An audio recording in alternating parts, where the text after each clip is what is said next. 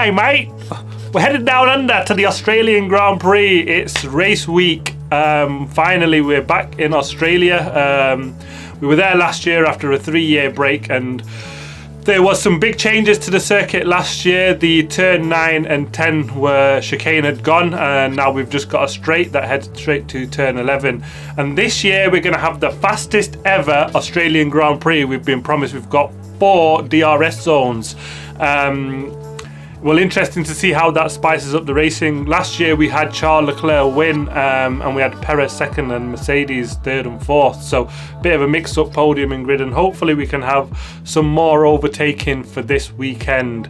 One of the circuits I absolutely love. For me, years and years growing up, it was the first race on the calendar, so all the excitement, I can feel it gushing back, you know, when you were looking forward to see what would happen in the first race. But this year it's race 3 on the calendar, and hopefully with the track changes and the extra DRS, we will get some more overtaking and some better racing there this year. It's be the home race for Oscar Piastri. He's heading home.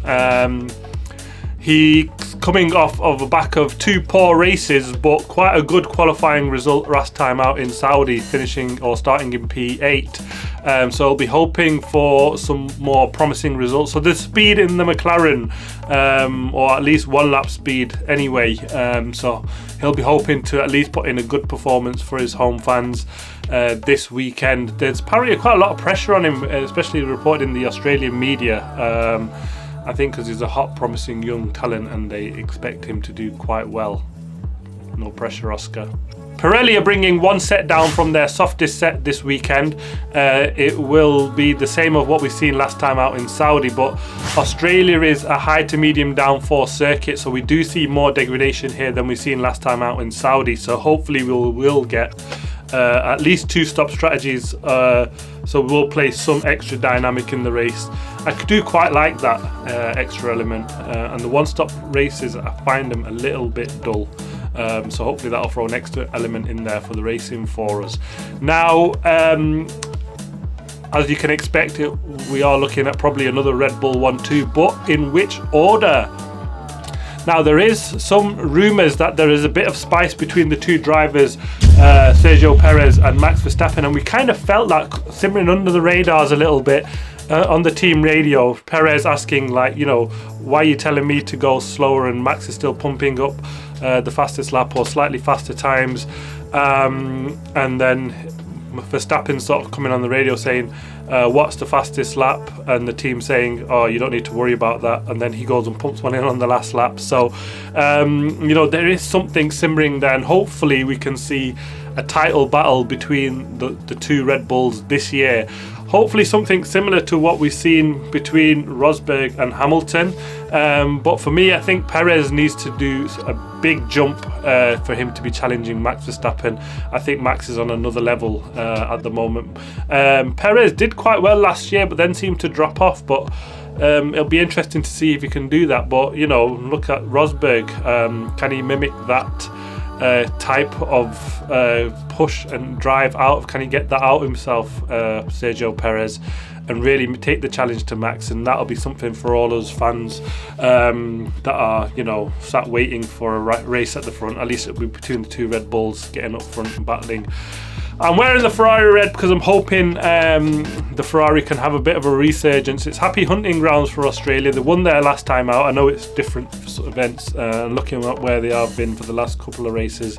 I mean, they were battling down with Mercedes, which has been really poor last year. I mean, they couldn't beat them last time in Saudi, and I had them up to doing really well. So hopefully this is a circuit that they do tend to like. We'll see them closer to the front. Come on, Forza Ferrari. In other news ahead of the race, we've got a reshuffle at McLaren. James Keys has left the team. They've gone for a technical reshuffle. Now, they won't go for a technical lead as in one person like we've seen with James Keys previously. McLaren are saying that this is not a knee-jerk reaction. This is something that they had in the planning for a good few months.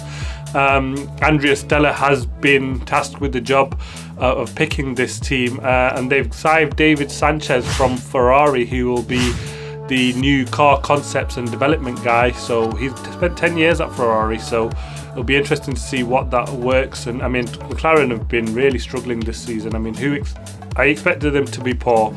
If you look at my season preview video, but I didn't expect them to be this bad. They were sort of languishing last for the last couple of races. I mean, Saudi was a bit of a one-off, wasn't it? 2 broken wings in the first few laps for both cars, and they're running last, but they never really made an impression going forward, so they'll be hoping for a better result this weekend. But yeah, much needed technical reshuffle. It's what Zach Brown said, that this is one area or one element where McLaren seem to have really been lacking, is their technical development, and it's probably a change that has come a few years too late, but it was under his watch, Zach, so sort it out, mate. Another surprise is Stefano Domenicali saying that the fans don't like the practice sessions and they wants to get rid of him. But replace him with what, Stefano? You didn't say anything, just said get rid of him. No, we don't want less action. Just take 2 days extra away, or 3 sessions away from us fans. If we're turning up and spending so much on tickets and travel, we want to see cars on track and not another sprint race on a Friday, to be honest. That really wouldn't work for me, no. Yeah, let's see what you've got planned, but leave it as it is, I think, for now. It's good to see what their teams are playing with, adds an extra little dynamic in the racing. And he probably is right to some extent that it's more for the engineers, because we get race weekends where teams, even at the front, don't get it right. They'll end up further back, and the teams that do get it right could push it quite a bit forward, so we'll have a bit of a shuffle in the grid, and I think that's what he's probably looking at. There's been a technical directive removed, I think TD 39, where they're going to get rid of the oscillation sensors on the cars to monitor that as a rule. They're saying that because of the 2023 regulations, it's not really an issue anymore, so that's gone. Another final thing, actually, I'm going to touch upon is this debate about, it's a procession and, it's boring, Red Bull, there's always one team leading the way. I mean, this happened for years and years, Formula One. Look at, when it started out, Prost and Senna in the McLaren won it for years, then the Williams won it for many years. Benetton came in, Renault won it for a couple of years, and then in the 2000s we had Ferrari dominating for 6-7 years.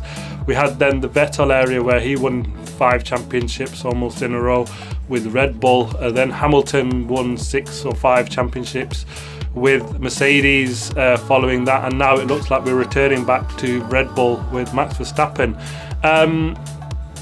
I think you're right that Formula One is better without that side of domination. I think what we were spoilt with is the 2021 championship, and even Formula One have got the picture where, look, that was an absolute epic battle with 2 teams fighting it out at the front, and look at the viewers and the numbers that brought in for Formula One and the excitement that brought to racing. So they're well aware of that, and I think that's why they've brought in rules such as the cost cap and the FD time in sliding scales from top to bottom, so the bottom teams get more time on the FD. And it's massively important that, especially with the ground effect cars, for the back teams to get more time to develop that should hopefully close up the grid and get tighter racing.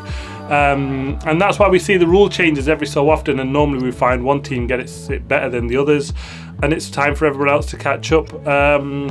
Let's see how that pans out. The CFD timings might make that better, and the cost cap should mean that the big teams can't just throw a load of money at it and get things right quickly. So we can get the surprise like we've seen this year. Aston Martin did a brilliant job, and look at them fighting at the front with Red Bull.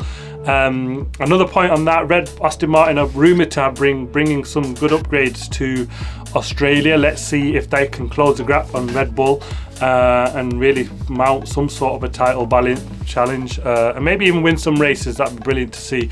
But I'm really looking forward, heading to the Down Under in Australia. Can't wait to see it. It's a circuit that I absolutely love, like I said. An early start for us guys in the UK, but we'll be up bright and early for the race. Thanks very much for watching. Please like, subscribe and comment. I'll see you for race weekend. Thanks for watching. G'day, mate. It's race week. I won't do that again.